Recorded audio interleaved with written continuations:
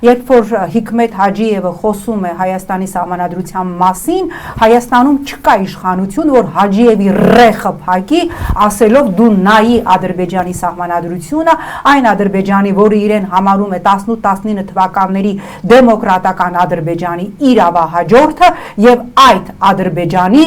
սահմանադրությամբ Հայաստանի տարածքների հանդեպ լրջագույն նկրտումներ կան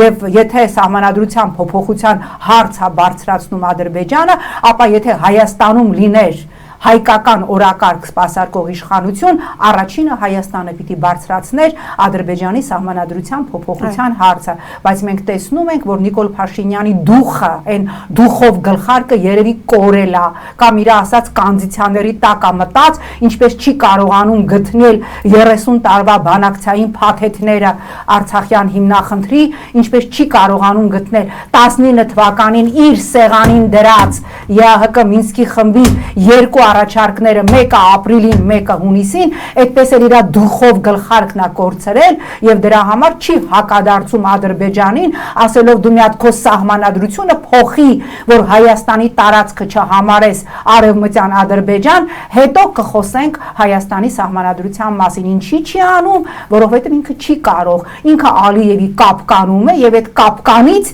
ինքը շարժվում է այնքան, ինչքան իրան թույլ է տալիս Իլհամ Հեյդարի Ալիևը։